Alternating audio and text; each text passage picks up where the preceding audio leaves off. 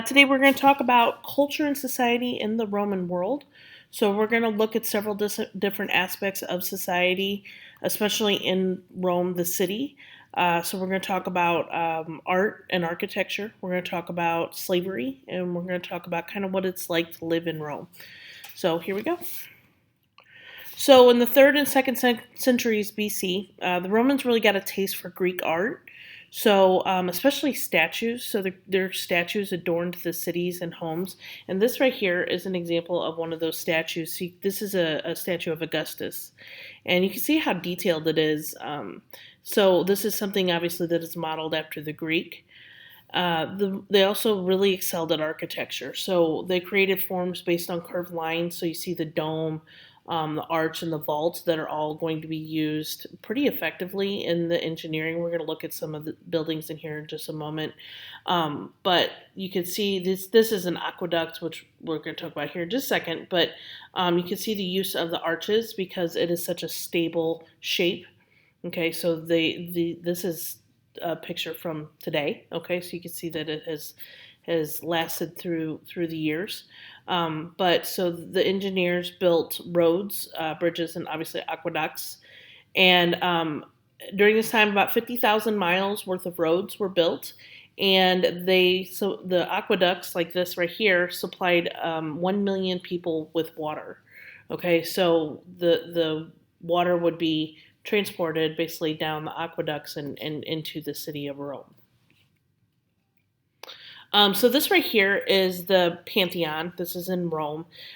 This used to be a temple to the Roman gods, but now it is a basilica for the Catholic Church. And it is known as the Basilica of St. Mary and the Martyrs.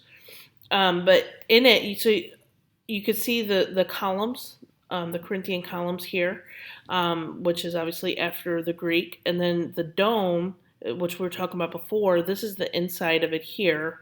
So if you go visit, this is what it looks like, and it's got this open hole basically in it. It's known as an oculus, and that lets natural light in. Okay, so that's the Pantheon. And then this is the Colosseum. So this is what this looks like today. It's obviously in ruins, but this is where they would have the gladiatorial games. And this is what the inside looked like. So this right here would be where the stands are, like where people would sit. And then underneath, so they're missing a floor basically, but underneath you could see where the like the gladiators would prepare and where people would like house animals and things like that. So as you can see, like stands, and this was huge. And then they've put in a floor since then, as you can see right there. So that's kind of where the gladiatorial games happened. All right, moving on to literature. So Latin literature's high point was during the age of Augustus, and its most distinguished poet is Virgil. Okay, so that's this handsome fella, and he wrote his epic poem, the Aeneid, in honor of Rome. And so the character Aeneas displays the virtues of the ideal Roman. Okay, so those of duty, piety, and loyalty. And then Horace, he's another important Augustan poet. He wrote the Satires, and it was obviously satirical, and he pokes fun at the weaknesses, the follies, and the vices of the human race.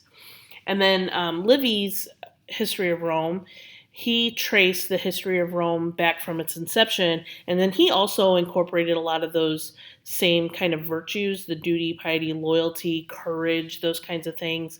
Um, he sometimes got history wrong. He was known to embellish some things, but he definitely did establish those virtues as being important to the Roman Empire. All right, moving on to slavery. So nobody relied on slavery quite as much as the Romans during this time period. Even a small Roman farmer would have one or two slaves. Obviously, the wealthy are going to have more, but most of these slaves were war captives. Okay, so if the Romans took over an area and the people were not, they were fighting against them, oftentimes they would capture them and then those people would become slaves. The Greeks, especially, were prized as tutors, musicians, doctors, and artists. So slaves worked in jobs that were not just like taking care of the house or working in fields or whatever. They served, like I said, like as tutors, musicians, doctors, artists. They served in jobs that a lot of people would like to do. But the slaves primarily, for the most part, worked in shops. They kept the house up, waited tables. They were personal servants. Some made crafts. Some even built roads in the public buildings. And so they were a very important part of Roman society and structure. So conditions for the slaves was really pitiful.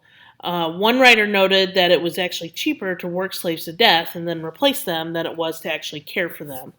And the problem is masters really feared slave revolts. So their punishments were very, very harsh.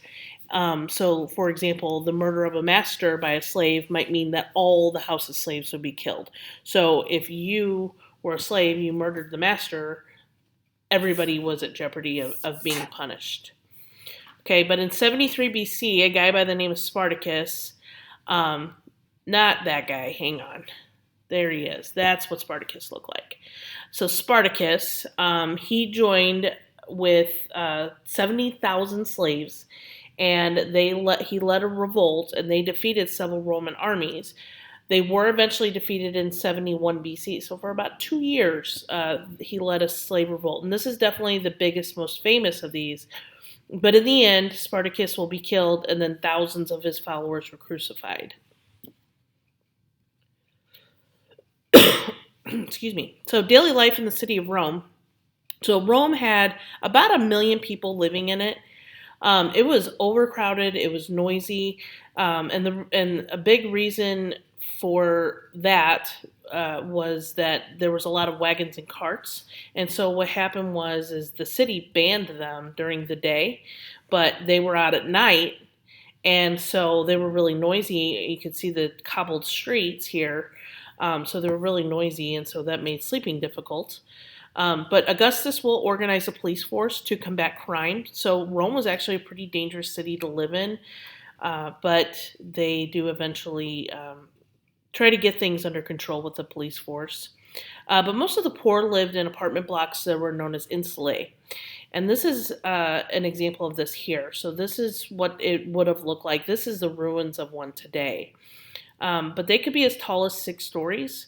And they were very poorly built. They collapsed often. So they were usually built with wood, okay, and then they would take concrete and then slab it over for the walls. And then the concrete would weigh down the wood, and the wood would collapse. And so that was an issue. Fires were a great danger. There was no plumbing or central heating, obviously. So people, what they would do is they would just like throw their waste into the street. So they, if you're living like in this room right here and you want to throw your waste down the street, then it's just raining waste. And then high rents often caused families to live in one room. And so they were very, very crowded. Rome was adorned with public buildings such as baths, temples, theaters, markets. And we're going to watch a video here in a moment, and you're going to kind of see what like the Roman baths look like. But there's all kinds of really beautiful, ornate buildings in Rome. But beginning with Augustus, there was about 200,000 poor living in Rome. They started to receive free grain from the emperor. So he's doing this to keep them from revolting against him. Okay.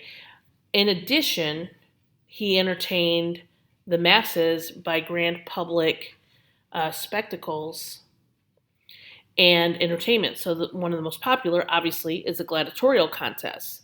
So this is where animals, slaves, and condemned criminals would fight to the death. So that's depicted in both of these here. And then Circus Maximus, this was also very popular as well.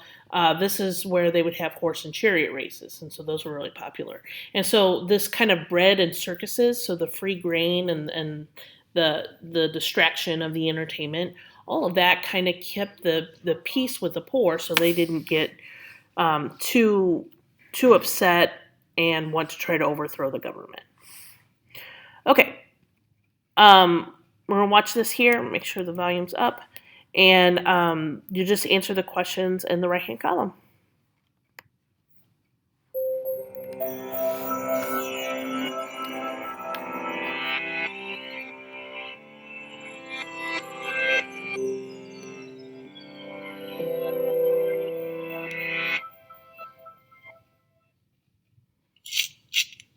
It's March the 17th, in AD 73. We're visiting ancient Rome to watch the Liberalia, an annual festival that celebrates the liberty of Rome's citizens. We're looking in at a 17-year-old named Lucius Popedius Secundus. He's not from a poor family, but he lives in the region known as the Suburra, a poorer neighbourhood in Rome, yet close to the centre of the city. The tenants of these apartments are crammed in, which poses considerable risk. Fires are frequent, and the smell of ash and smoke in the morning is not uncommon. Lucius, who awoke at dawn, has family duties to perform today. His 15-year-old brother is coming of age. Half the children in ancient Rome die before they reach adulthood, so this is a particularly important milestone. Lucius watches his brother stand in his new toga before the household shrine with its protective deities, as he places his bulla, a protective amulet, in the shrine with a prayer of thanks. The bulla had worked. It had protected him. Unlike many others, he had survived to become an adult. At 17, Lucius has almost completed his education. He has learned to speak well, make public speeches, and how to read and write both Latin and Greek. His father has taught him the types of things you can't learn in the classroom. How to run, how to swim, and how to fight. Lucius could choose at 17 to become a military tribune and command soldiers on the edge of the empire. But in other ways, Lucius is still a child. He's not trusted to arrange business deals. His father will take care of that until he is 25. And Dad will arrange Lucius's marriage to a girl 10 years younger. His dad has his eye on a family with a 7-year-old daughter. Back to the Liberalia. As Lucius leaves with his family, the shops are open as the population goes about its business. The streets are full of itinerant traders selling trinkets and people bustling from place to place.